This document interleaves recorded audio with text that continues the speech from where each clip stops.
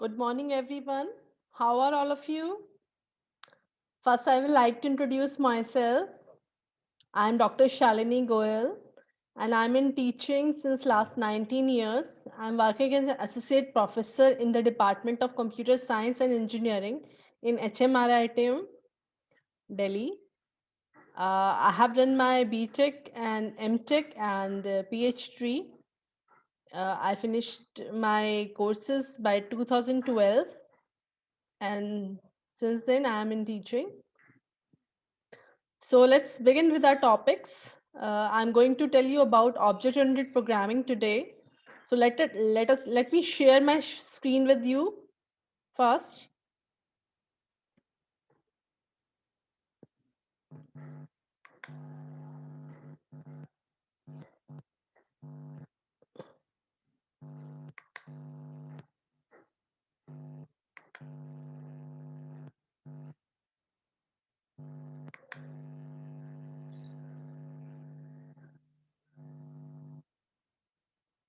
So the topic is object-oriented programming.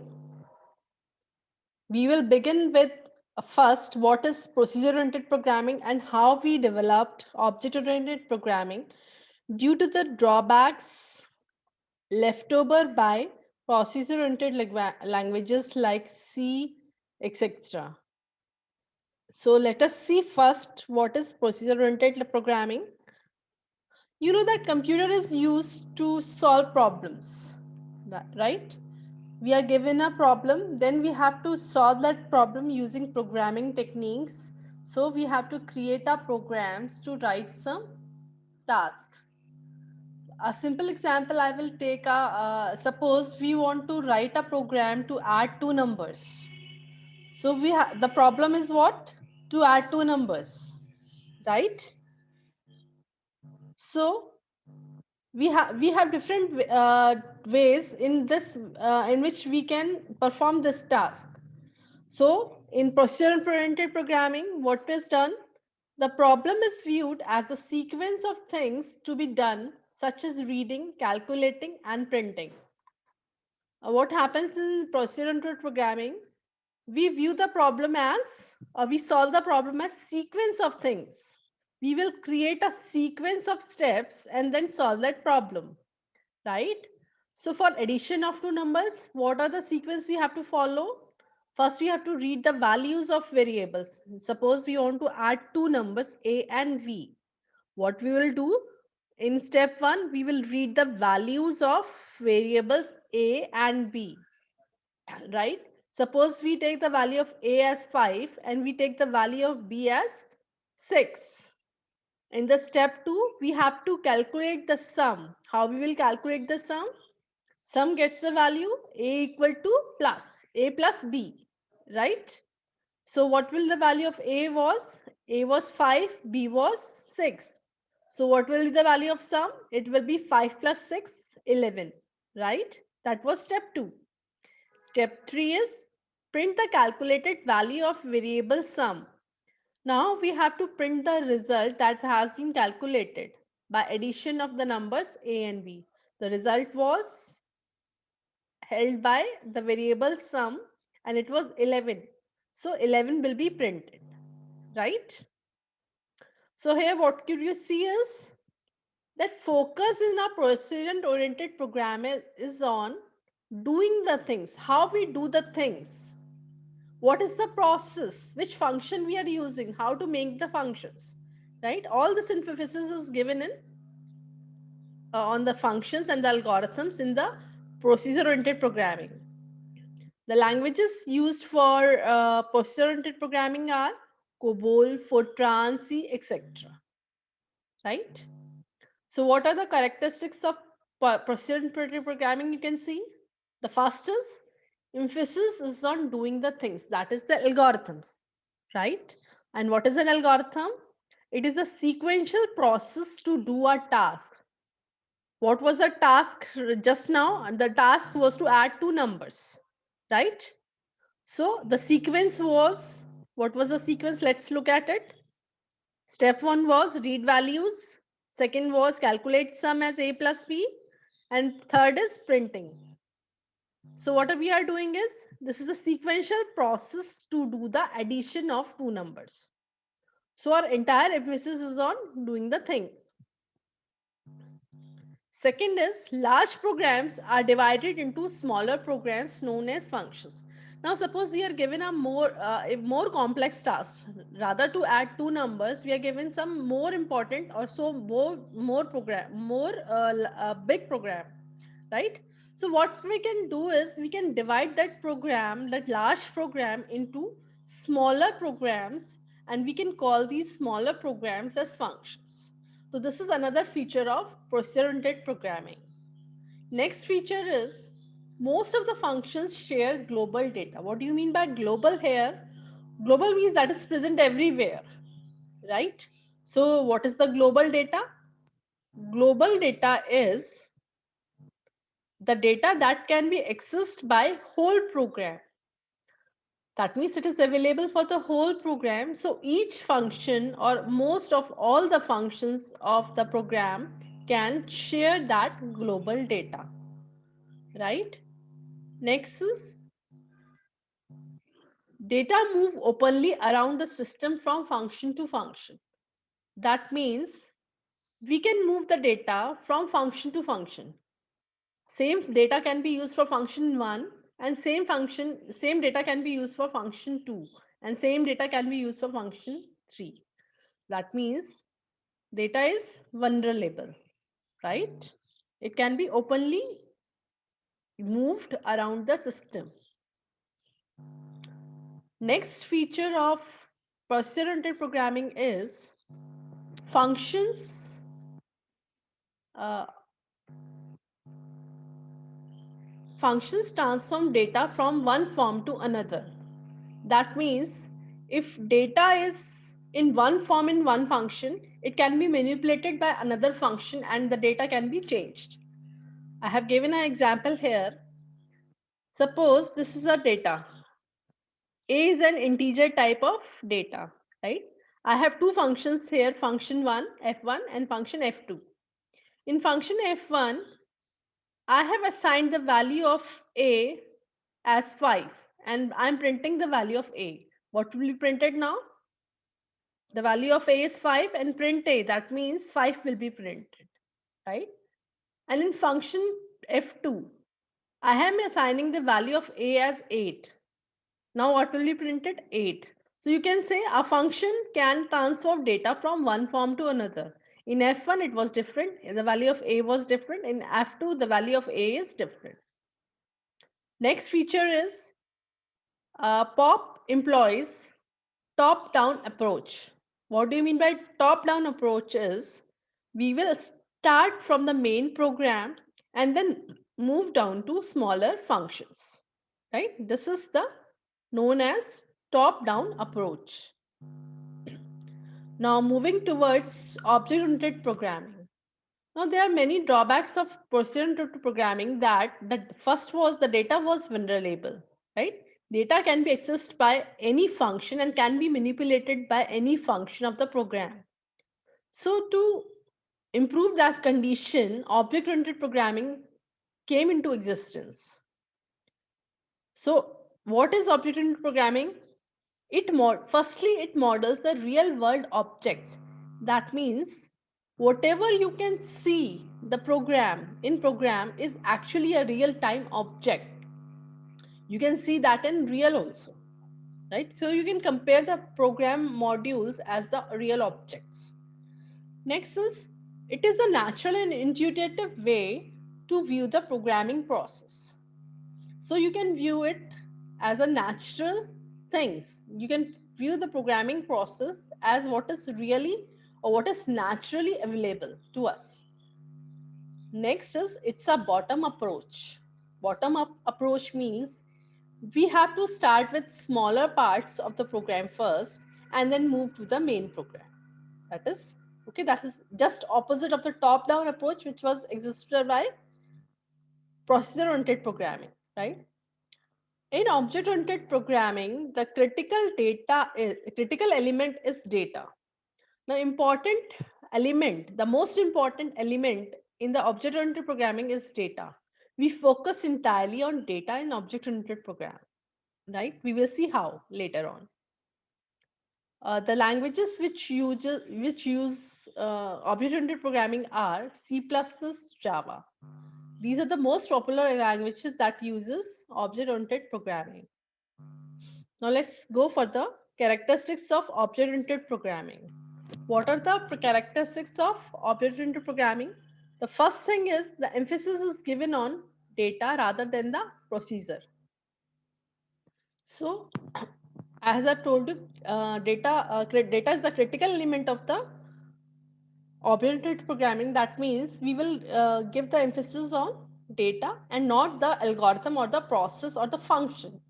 We don't give emphasis on the function, right? We are doing the thing, that is not important here, but what we are doing, that is important, right?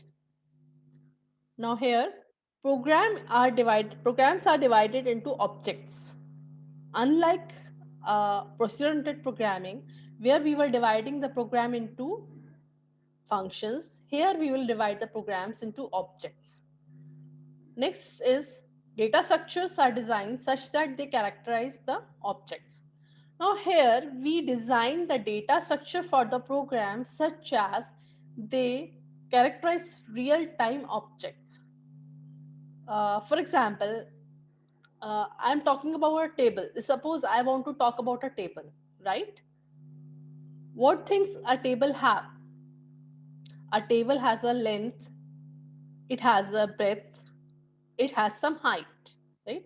So through these parameters, we can characterize a table, right? So what is the data structure? Using the variables are the length, breadth, and height for table, right? Next feature is data and functions that operate on it are binded together in a single unit. Now, data is the most important thing and functions are the secondary things in object-oriented programming. But in object-oriented programming, both data and the functions are combined in a single unit, right? Data is hidden and cannot be accessed by external functions. The most important and the most uh, you can say the most important and the most wonderful thing about C++ or object-oriented programming is that the data is hidden here. It cannot be accessed by outsider functions, right? It is the data is limited to, or its access is limited to the function where it is defined, right? Next is objects may communicate with each other through functions. Now here objects are created for all the programs and they will communicate with each other through functions, right? Next is new data and functions can be easily added whenever necessary. Now the important thing here is we can add new data and the functions in the same program without affecting the previous code.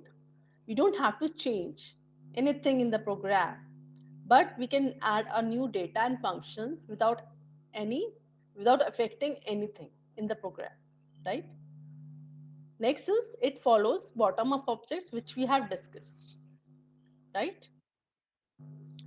So this is the basic OOP program structure. Here objects are connected to each other through functions. These are object 1, 2, and 3. These are connected to each other through functions. Now, coming to the main features of object-oriented programming, these are the list of main features. Objects, it has objects, classes, data abstraction property, data hiding, data encapsulation, inheritance, polymorphism, dynamic binding, and message passing. We will be taking each of these features one by one. So let's start with objects first. Object. So object is a basic runtime entity that have some unique attributes or properties that are used to define that particular object. It is an item that can be handled by program. right? So can you call a pen an object? Yes, a pen is an object because it has some unique properties. It has some radius, it has some color, right? So based on that, we can say that it's a entity. Now an object matches real time or real world objects. Or object in C++ or object oriented programming always matches real time objects, right?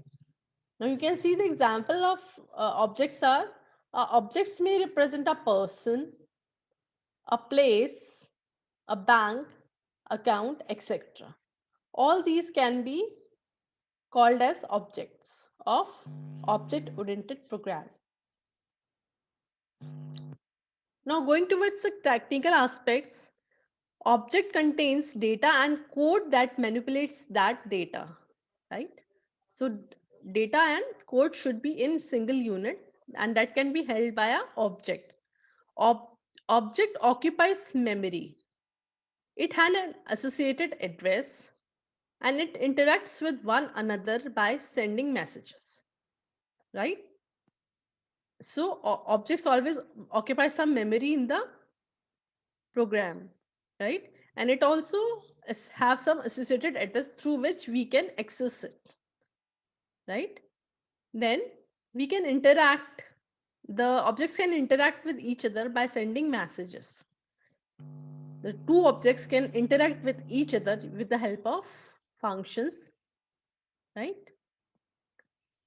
This is the representation of an object. I hope this will make you clear about the object. As I've told you that object is something that contains data and the functions that manipulate that data. So here the student is the object, right? It has some data and some functions. Data comprise like name, date of birth, marks. Functions are total, average, and display. Now, data is only the values or the information regarding the object, right? It is nothing to do with anything or it does not do anything, right? It just gives the value. The value can be changed, it can be updated, it can be printed, but it will always contain only the values, right? So each student have a name, isn't it? Each student has a date of birth and each student has a marks. So these three can define a student, right? A student can have three unique things: name, date of birth, and marks. Similarly, they can have functions also. What functions a student object will need? It will need to calculate the total of marks. So for that, we have a function called total. It can be a function for calculating the average of the marks. It can be a function for displaying the result, right? All these can be the functions for the student object, right? Now, another way of representing a student object is this. Here we will write the student, the name of the object, and the functions defined for this object. Here we are not writing the data. So this is another way of representing object. Now class. Now what is a class? In simple words, a class is a collection of similar kind of objects, right? So if we have number of objects, suppose we have different fruits, mango, apple, banana, and so on. So we can call them as objects and we can call fruit as the class of these objects. Why? Because they have similar kinds. They're of similar kind. They have order, they have taste, they have color. Every fruit has these things. So we can group these three fruits, apple, banana, and orange, in single class, that is fruit class, right? Next is, it is a user defined data types. So as we have built-in data types, class is known as user defined data type. A user can define a class, right? It behaves like a built-in data type. So it always behaves like a similar data type, similar to built-in data type. Objects of same class share same attributes and functions. Now, objects of same class have same properties and same functions, right? Suppose we have student class. So all students will have roll number, all students will have name, all students will have a function called total, all students will have function called average and display, right? So next is syntax is same as int, float, char, etc. or the built-in data types. For example, we write int a comma b. Here we are writing student s1 comma s2 and colon. That means here student is the class, right? And we are creating two objects or two instances of this class student. It will create two objects of student class, right? Data abstraction. Now, data abstraction is act of representing essential features without including background details or explanations. It hides internal details, makes available only the interface. A real-world problem can be converted into a model enhances programmers' focus. So tell me one thing. If I say I want to drive something that has 4 wheels, that has a gear system, that has a steering and 5 seats, will you let me, will you bring that for me? What you will say? You may get confused, right? But if I say I want to drive a car, it will be easier for you, isn't it? Because in car, all these features are there already. So this is known as data abstraction, this property of highlighting the main things. I'm calling it car. I'm not calling it 4 wheels. I'm not calling it something with 4 wheels and one gearbox and 5 seats and one steering. I'm hiding all these details and just calling a car. So this thing where we highlight the important, the main features and hide the background details or explanation is called as data abstraction. So in object-oriented programming, a real world problem can be converted into a model, right? Using abstraction, and we can use only the details of, only the highlighted details of that, right? So let us stop here. So in this today's lectures, we have discussed first what was procedure-oriented programming. It was based on process, right? And the emphasis was on algorithm rather than data, right? Then we saw that the things went on, and we discovered the object-oriented programming, that where the data was most important entity for the programmer, and it was needing the most focus of for the programmer. And the thing was that the thing was that it should be saved from outsiders. That means data should be protected from outsider or external functions from the program, right? That was main thing.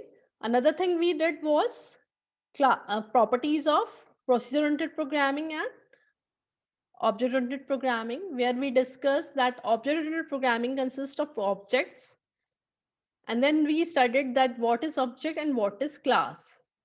So most of the students get confused here that what is a object and what is a class, because they look similar, but there is a difference in that.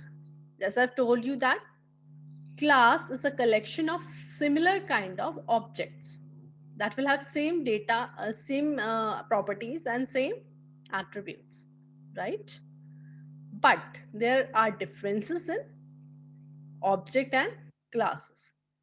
Firstly, class is just a logical entity, where object is a real time and physical entity that actually exists, right?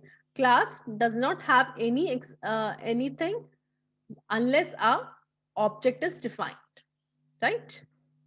So second thing is that a object always occupies some space, whereas a class is a logical entity, so it does not require any space. It is just for definition, right?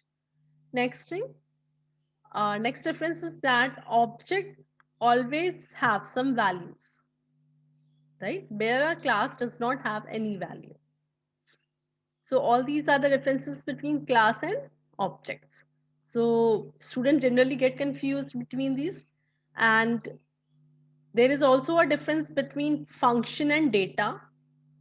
Function is it's a sub program or it's a small program that is used to do certain task, whereas data is information which has some value. We are using some variables in the program that is holding some value, so that is data. So I hope I'm clear to you. So let's stop here. Okay, thank you. Have a nice day.